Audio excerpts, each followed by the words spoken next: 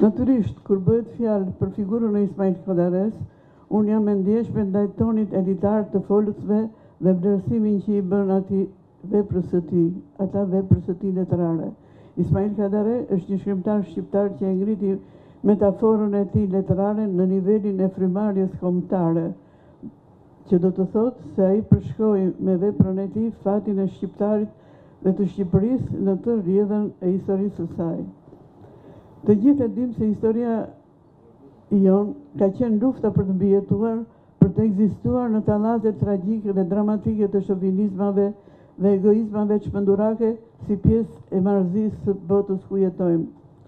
Ashtu si mbijetoi shqiptari dhe Shqipëria, mbijetoi dhe vetë Ismaili, jeta e të cilit në thelb ishte jeta e Shqipërisë që kërkonte liri, barazi dhe progres për të qenë në një radhë me përparimin botëror në themelit e të cilit qëndron dhe historia jonë. Edhe një herë faleminderit dhe respekt për të gjithë ju.